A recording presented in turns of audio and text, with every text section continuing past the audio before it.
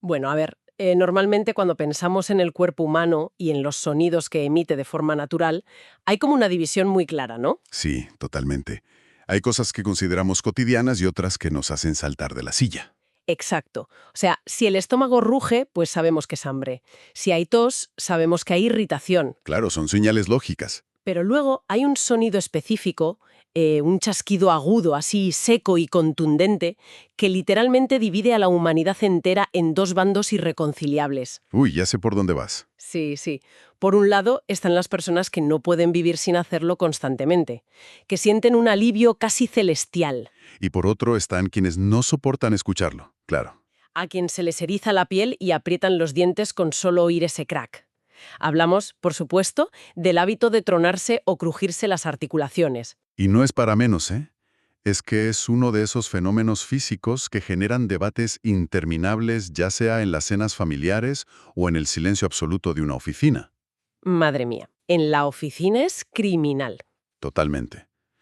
Y quienes tienen esta costumbre suelen defenderla a capa y espada, argumentando que no pasa absolutamente nada, que es simplemente una manía inofensiva para liberar tensión. Ya, pero quienes lo detestan suelen advertir, muchas veces con bastante dramatismo, todo hay que decirlo, que ese sonido es el preludio de unos huesos destrozados. Eso es. Es un choque de opiniones constante que rara vez se resuelve con hechos. Por eso, el propósito de nuestro análisis a fondo de hoy es precisamente diseccionar este tema. Exacto. Dejando a un lado las leyendas urbanas para basarnos estrictamente en evidencia médica real. Porque hay tela que cortar aquí. Dentamed. Ajá. Específicamente en los datos recopilados en su expediente clínico número 4. Porque a primera vista, crujirse los nudillos parece un simple tic nervioso, ¿verdad? Un movimiento automático. Sí, algo sin importancia.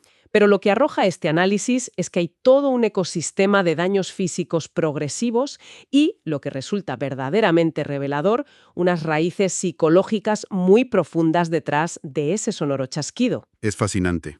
Así que, para comprender la magnitud de este hábito, tenemos que empezar por lo más básico. Hay que desentrañar qué es exactamente ese ruido.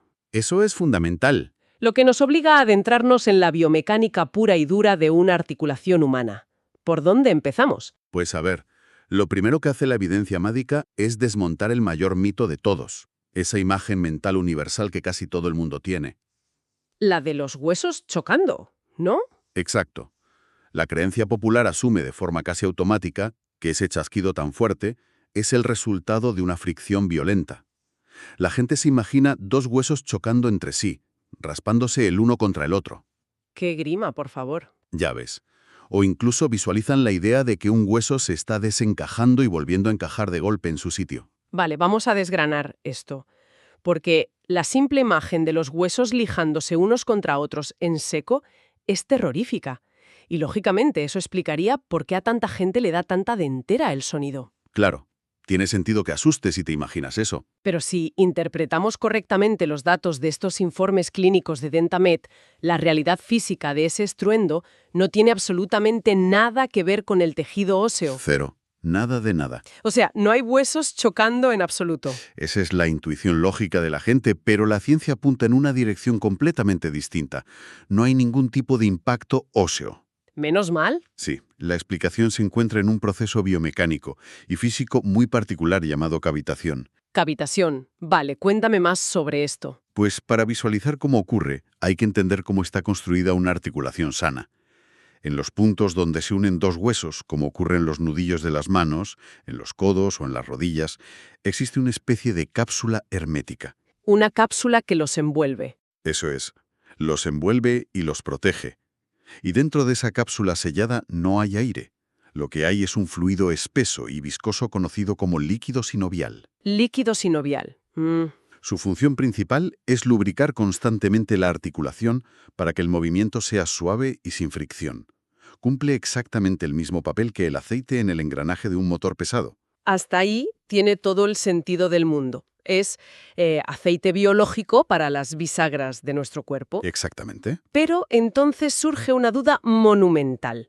O sea, si tenemos las articulaciones perfectamente lubricadas y resulta que no hay huesos chocando, ¿de dónde demonios sale ese ruido tan fuerte que parece que algo sólido se quiebra por la mitad? Pues la respuesta está en la física de los gases y los cambios de presión. Ah, vale. Gases. Sí, fíjate. El líquido sinovial no es solo un lubricante puro. Contiene gases disueltos en su interior, principalmente nitrógeno y dióxido de carbono, que son subproductos naturales del metabolismo celular. Vale, o sea que tenemos gas disuelto en el lubricante de las articulaciones. Eso es. Y cuando una persona estira la articulación para provocar el crujido, lo que está haciendo físicamente es expandir esa cápsula sellada. La estira. Claro. Y al aumentar el espacio o el volumen dentro de la cápsula de forma repentina, la presión del líquido sinovial cae en picado. Por pura física. Exacto. Siguiendo las leyes de la física, esa caída brusca de presión obliga a los gases disueltos a separarse del líquido y formar burbujas microscópicas. Burbujas de nitrógeno. Sí. Y el sonido del crack, ese chasquido seco que todos conocemos, es en realidad el instante preciso en el que esas burbujas de gas recién formadas colapsan o estallan rápidamente. ¡Ostras! Todo debido a la dinámica de fluidos en ese espacio confinado. Y eso, exactamente eso, es el fenómeno de la cavitación. Es decir, para que quede súper claro, es exactamente el mismo principio mecánico que ocurre al abrir una botella de una bebida con gas nueva. Muy buena analogía, sí. Claro, al girar el tapón se libera la presión interna, el gas se separa del líquido y todas las burbujas suben de golpe haciendo ruido. Eso es. O viéndolo de otra forma, es como explotar el clásico plástico de burbujas de los embalajes, pero a nivel microscópico y dentro del propio cuerpo. Tal cual. Pues sinceramente, visto así, esto me deja mucho más tranquila. O sea, si la ciencia nos dice que simplemente estamos hablando de liberar inofensivas burbujitas de gas en un medio líquido, suena hasta divertido. Ya, suena completamente inocuo. Claro, parece que el mito del daño se derrumba por completo. Si solo son burbujas, ¿por qué la clínica advierte explícitamente que no es completamente inofensivo? Ah, y esa es precisamente la trampa en la que cae la mayoría. Es donde la lectura superficial del fenómeno físico nos engaña por completo. A ver, explícame eso, porque me acabas de desmontar la tranquilidad. Bueno, es que la burbuja en sí misma, el hecho de que un poco de nitrógeno forme una cavidad y colapse una vez de forma aislada, pues no destruye la articulación al instante. Eso es cierto. Vale. El peligro real y el motivo por el cual la literatura clínica de Dentamed subraya repetidamente que no es un acto inofensivo radica en lo que el cuerpo tiene que hacer para generar ese sonido. O sea, el esfuerzo previo. Exacto. Para crear ese espacio extra y forzar la caída de presión que forma la burbuja, es obligatorio someter a la cápsula articular y a los tejidos circundantes a una tensión extrema, Claro, hay que estirarlo todo. estirándolos mucho más allá de su rango de movimiento natural y fisiológico. Es verdad, porque el sonido no ocurre por accidente al caminar o al mover la mano de forma natural. Requiere una acción súper deliberada. Hay que buscarlo. Hay que hacer palanca de forma intencionada, empujando los dedos hacia atrás o, madre mía, torciendo el cuello hasta el tope. Y ese es el punto crítico de todo esto. Al forzar sistemáticamente esa amplitud de movimiento máxima, repitiendo la acción 20, 30 o 50 veces al día, semana tras semana, Que hay gente que lo hace constantemente. se empiezan a generar microtraumatismos acumulativos. Las cápsulas articulares y los ligamentos humanos no están diseñados desde el punto de vista evolutivo para ser sometidos a estiramientos extremos constantes. Y menos con el único fin de alterar la presión de un líquido para escuchar un ruidito. Exacto. Así que la supuesta inofensividad del gas es solo una ilusión temporal que enmascara un daño estructural latente enorme. Aquí es donde verdaderamente la perspectiva cambia por completo para mí. Porque los datos clínicos de Dentamed abandonan esta curiosidad física de las burbujitas y despliegan una lista de inconvenientes físicos, de consecuencias a largo plazo, que resulta bastante alarmante. Es que es para tomárselo en serio. Claro. Es que pasar de pensar que solo son burbujitas a leer sobre un daño directo en los ligamentos y un desgaste articular progresivo obliga a replantearse este hábito por completo. Pero a ver, si no hay huesos chocando inicialmente, ¿cómo demonios se llega a ese desgaste físico tan severo? Pues todo se reduce a un concepto clave, la pérdida de integridad mecánica. Vale. Pensemos en un ligamento como si fuera una banda elástica gruesa y resistente. Su única misión es mantener los huesos alineados en su sitio correcto y proporcionar estabilidad durante el movimiento. Como una goma de sujeción. Eso es. Si tomas una banda elástica nueva y la estiras hasta su límite absoluto una y otra vez, de forma crónica, pues con el paso del tiempo las fibras internas comienzan a ceder. Claro, la goma da de sí. Exacto. La banda pierde su tensión original, se vuelve laxa y pierde por completo su capacidad de sujeción. Lógico. Pues lo mismo ocurre inexorablemente con los ligamentos de las manos, los pies o la espalda. Al perder esa tensión vital, la articulación se vuelve holgada e inestable. Uy, inestable, eso suena fatal. Y aquí reside el problema mayúsculo. Una articulación inestable es una articulación donde las superficies óseas empiezan a moverse de forma errática. O sea, empiezan a rozar donde no deberían. Justo. Ese roce anormal que antes no existía cuando el ligamento estaba tenso es lo que acelera dramáticamente la destrucción del cartílago protector. Lo cual desencadena una reacción en cadena inevitable, llevándonos al siguiente hallazgo del informe, que es la inflamación crónica constante. Una inflamación que no cesa, claro. Pero fíjate, hay un síntoma específico derivado de esta inflamación que me hizo detener la lectura por lo impactante que resulta. ¿Cuál te llamó más la atención? Pues que el análisis clínico señala claramente una pérdida de fuerza en las extremidades. Sí, es un síntoma clásico en estadios avanzados. Pero es que parece un salto enorme, casi de ciencia ficción, pensar que algo tan trivial, un tic que se hace de forma inconsciente mientras espera el metro o antes de empezar a teclear en el ordenador, pueda derivar en que un día las manos literalmente pierdan su capacidad de agarre. Es fuerte, sí. Es que se está intercambiando una alivia temporal, que dura un milisegundo, por un daño estructural y funcional permanente. Y es, desde el punto de vista biológico, un intercambio nefasto. Pero esa debilidad muscular o pérdida de fuerza de la que alertan los registros médicos no es ningún misterio clínico. Ah, ¿no? No, en realidad es el mecanismo de defensa supremo del propio cuerpo. A ver, explícame esto del mecanismo de defensa. Pues verás, cuando el tejido conectivo está crónicamente inflamado y la articulación ha perdido su estabilidad mecánica, por lo que decíamos de los ligamentos laxos, Sí. el cuerpo se da cuenta de que la estructura está comprometida. Los receptores de dolor y presión envían señales de alarma continuas al cerebro. En plan, oye, aquí pasa algo malo. Exacto. Y en respuesta al sistema nervioso central interviene y veta la acción motora. Ostras, la beta. Sí, inhibe deliberadamente la capacidad de generar la máxima potencia muscular. Y lo hace para evitar que el paciente siga utilizando esa articulación inestable y se provoque una rotura total. Madre mía. O sea, es como si el cerebro cortara la corriente eléctrica hacia los músculos de la mano para protegerla de sí misma. Esa es la metáfora perfecta. Corta la corriente. De ahí viene la debilidad y la incapacidad repentina para sostener objetos pesados o desenroscar un simple bote. Es fascinante ver cómo el cuerpo se autoboicotea para salvarse de nuestra propia insistencia. Me deja alucinada. Es una máquina perfecta, pero claro, tiene sus límites. Ya. Y si perder fuerza en las manos ya es un escenario preocupante, hay un apartado en estos informes que directamente enciende todas las luces de emergencia. ¿Te refieres a la columna, supongo? Exacto. El riesgo crítico y las advertencias se multiplican exponencialmente cuando este hábito se traslada a la zona del cuello y la columna vertebral. Uf, ahí entramos en terreno pantanoso. Claro, es que si los ligamentos de los nudillos ya sufren consecuencias severas, la idea de someter a laxitud e inestabilidad a la estructura por donde discurre todo el sistema nervioso central, pues juega en una liga de peligrosidad completamente distinta. El riesgo ahí es verdaderamente incalculable. Aplicar fuerzas de torsión bruscas y extremas sobre las vértebras cervicales para conseguir el estallido del gas es literalmente jugar a la ruleta rusa con la anatomía. ¡Qué locura! Es que la zona del cuello es una de las áreas más delicadas y complejas del cuerpo humano. No solo estamos hablando de estirar ligamentos vertebrales que son esenciales para sostener el peso del cráneo, que ya es bastante. Que pesa lo suyo, sí. Es que por esa misma estructura discurren arterias vitales, arterias que suministran oxígeno y flujo sanguíneo directo al cerebro, y además aloja la propia médula espinal. Es decir, el centro de mandos absoluto. Exacto. Un desgaste del cartílago en esa zona, una inestabilidad provocada por ligamentos cedidos o una inflamación crónica persistente no se traduce simplemente en dolor de cuello. ¿Y en qué puede derivar? Pues puede derivar en problemas neurológicos complejos, dolores de cabeza tensionales totalmente incapacitantes, hernias discales o pinzamientos nerviosos severos. Manipular la presión del líquido sinovial en la columna cervical sin supervisión médica es exponerse a un daño irreparable. Tela. Llegamos entonces a una contradicción brutal, a una encrucijada enorme en nuestro análisis.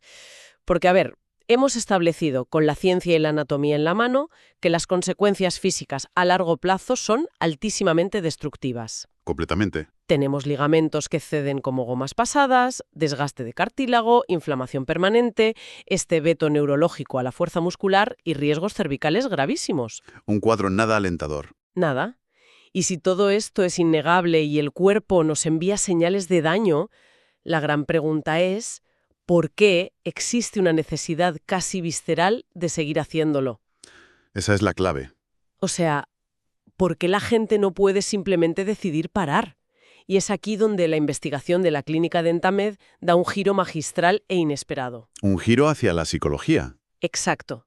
Porque la respuesta final a este comportamiento no se encuentra en las manos, ni en los ligamentos, ni en la presión de los gases. El verdadero origen se esconde en la mente. Y este es quizás el hallazgo más revelador sobre la complejidad del comportamiento humano frente a la adversidad. La evidencia clínica de estos informes establece un vínculo directo y poderoso. ¿Entre qué? Entre el hábito compulsivo de crujirse las articulaciones y los altos niveles de estrés, ansiedad clínica y tensión emocional acumulada. Fíjate. Ya no estamos hablando de un simple estiramiento físico para acomodar un dedo. Estamos ante un complejo mecanismo de afrontamiento psicológico. O sea que usamos el cuerpo para lidiar con la mente. Tal cual. Ante la presión del trabajo, los problemas personales o el ritmo frenético del día a día, el cerebro humano se sobrecarga y busca desesperadamente vías de escape tangibles para liberar esa presión interna. ¡Qué fuerte! El acto mecánico de forzar la articulación hasta el límite, sentir esa leve presión física previa y escuchar finalmente el chasquido del crack proporciona una recompensa sensorial instantánea. Una microrrecompensa. Sí, provoca una minúscula pero real descarga de endorfinas que engaña momentáneamente al sistema nervioso. Le hace creer que ha logrado liberar la tensión emocional acumulada. Vale. Si lo analizamos detenidamente, podríamos usar una analogía muy visual para esto. A ver, cuéntame. Imaginemos la típica luz roja de advertencia que empieza a parpadear furiosamente en el salpicadero de un coche mientras conducimos por la autopista. Sí, la luz del motor. Exacto. Cuando esa luz se enciende, sabemos perfectamente que el problema real casi nunca reside en la pequeña bombilla de plástico del salpicadero, no. Claro, la bombilla está bien. La luz es únicamente el mensajero, el síntoma visible de que bajo el capó el motor se está sobrecalentando peligrosamente o hay una fuga masiva de aceite. Muy buena analogía. Pues de manera idéntica, crujirse los nudillos, los codos o el cuello decenas de veces al día no es el problema inicial, es simplemente la luz del salpicadero. Exacto, es el síntoma. Es la válvula de escape puramente física para una inmensa presión emocional que es invisible. Es el organismo gritando a través de las articulaciones que hay demasiada carga psicológica bajo el capó y necesita expulsarla de alguna manera. Es que la analogía del salpicadero describe a la perfección este mecanismo subyacente, y el peligro mayúsculo de ignorar lo que hay debajo del capó, tal y como detallan meticulosamente los registros de salud mental asociados a este hábito, es el efecto bola de nieve neurológico. ¿Cómo es ese efecto bola de nieve? Pues si la causa raíz, que es el cuadro de ansiedad o el estrés crónico, no se aborda de frente, este supuesto remedio inofensivo desencadena trastornos conductuales mucho más graves. Se descontrola. Claro, lo que quizá empezó como un alivio ocasional muta rápidamente en una conducta compulsiva en toda regla. El cerebro desarrolla tolerancia a esa pequeña descarga de endorfinas que mencionábamos. Como con cualquier adicción, vaya. Exactamente. En consecuencia, el individuo necesita crujirse las articulaciones con una frecuencia cada vez mayor y aplicando una fuerza cada vez más destructiva. Todo para conseguir exactamente la misma sensación de alivio momentáneo. Madre mía. El tic físico diseñado para calmar la tensión termina convirtiéndose en un combustible que retroalimenta un ciclo de ansiedad crónica incontrolable. Pues resulta verdaderamente brillante comprobar cómo el abordaje de la clínica Dentamed refleja la comprensión de toda esta dualidad. Sí, tienen una visión muy completa. Su enfoque es integral, o sea, no se quedan en la superficie, no se limitan a darle a alguien una férula y decirle, oye, deje de hacer esto porque se va a destrozar el cartílago, sabiendo que eso, en el fondo, es inútil. Claro, no sirve de nada prohibir por prohibir. Entienden perfectamente que es imposible apagar la luz roja del salpicadero rompiendo la bombilla. Hay que arreglar el motor. Eso es. Por eso, su estructura clínica cuenta específicamente con un área de atención psicológica integrada en el tratamiento. Buscan atacar y desactivar la raíz del problema en la mente para poder salvar y curar la articulación física. Es un enfoque no solo moderno, sino estrictamente necesario si se busca una cura real y no un simple parche. Porque fíjate, si un especialista aborda el problema tratando únicamente la inflamación del ligamento con medicamentos o con reposo, pero ignora que esa persona sigue manejando niveles desbordantes de ansiedad, el fracaso está garantizado. Claro, porque en cuanto deje el reposo, vuelve a las andadas. Es que en el momento exacto en que salga por la puerta de la clínica y se enfrente a un estímulo estresante en su vida, volverá instintivamente a forzar sus manos o su cuello para encontrar esa vía de escape. Lógico. Al incorporar la psicoterapia en la ecuación, el objetivo es reeducar al cerebro. Se trata de enseñarle a la mente nuevas herramientas cognitivas y conductuales para procesar y gestionar la tensión emocional del día a día. Herramientas que no sean autodestructivas. Exacto. Herramientas saludables que no requieran la destrucción sistemática y progresiva de su propio aparato locomotor. Se desactiva la compulsión directamente desde la sala de máquinas. Me parece un enfoque espectacular. Y habiendo diagnosticado con tanta claridad esta tormenta perfecta, o sea, el daño biomecánico oculto tras las burbujas de gas y el profundo origen mental del hábito, el tramo final de nuestro análisis tiene que anclarse en las soluciones prácticas. Sí, hay que dar salida a esto. Sabiendo que el motor está fallando, ¿cuál es la ruta de salida? Porque los datos que estamos evaluando de Dentamed son muy claros respecto al camino hacia la recuperación física y destacan la importancia de la rehabilitación profesional. Es un pilar fundamental. De hecho, mencionan específicamente la labor de especialistas como Diana Oropeza dentro de su equipo clínico. Claro. El papel de un especialista en rehabilitación física como Diana Oropeza se vuelve indispensable cuando la inestabilidad de la que hablábamos antes ya se ha instaurado. O sea, cuando ya hay daño hecho. Eso es. Una vez que se frena el hábito compulsivo mediante el abordaje psicológico, queda un escenario de devastación física que reparar. No basta con dejar de hacerlo. Hay que arreglar los destrozos. Su ámbito de acción terapéutica va dirigido exactamente a reconstruir los cimientos. Trata el dolor muscular agudo, deshace las contracturas profundas que se han formado en el cuerpo para intentar proteger la zona inestable.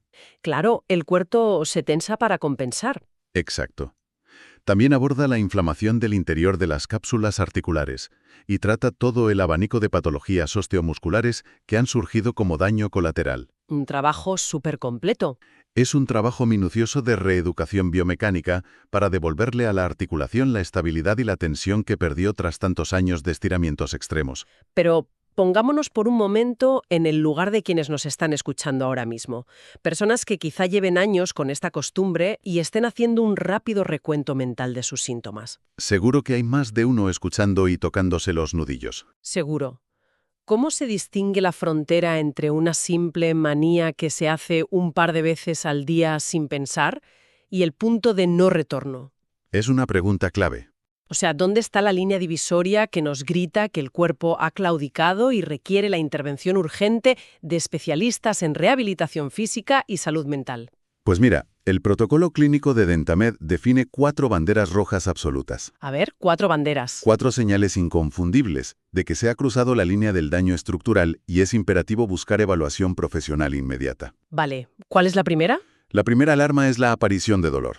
Si forzar la articulación ya no produce únicamente el chasquido del gas, sino que viene acompañado de una molestia punzante o un dolor sordo posterior, significa que ya hay un daño tisular evidente en el tejido. El dolor siempre avisa. ¿La segunda? La segunda es la inflamación, ya sea visible a simple vista que se hinche o palpable como calor excesivo en la zona articular. Ujú.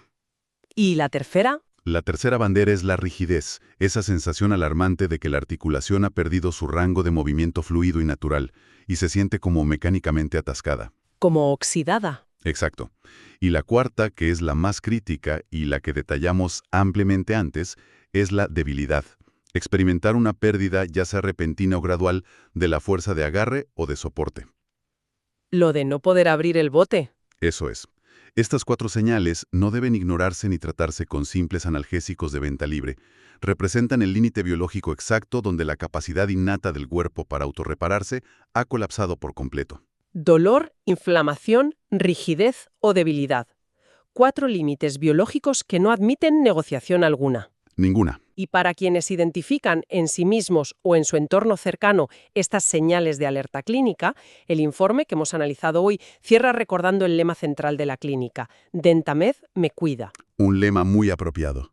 Y proporcionan una vía de acción inmediata a través de su línea de atención directa para pedir cita y evaluación, que es el número 55 36 32 93 76. Importante tenerlo a mano. Es el paso pragmático para cortar de raíz el problema y no dejar que este ciclo siga escalando, ni en el desgaste físico de los huesos, ni en esa espiral mental de la ansiedad que comentábamos. Sin duda alguna.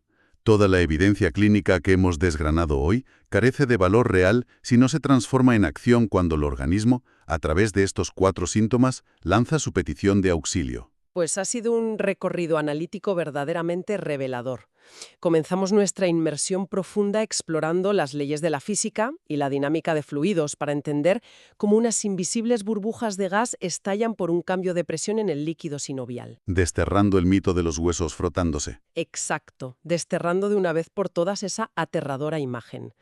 Luego destapamos el altísimo costo biomecánico que se paga por forzar ese sonido, desde ligamentos que ceden y cartílagos desgastados hasta el inmenso riesgo, que a mí me dejó helada, de manipular las vértebras cervicales. Que no es ninguna broma. Ninguna. Y, en el giro más inesperado del documento, descubrimos que detrás del incesante chasquido se esconde una mente sobrepasada.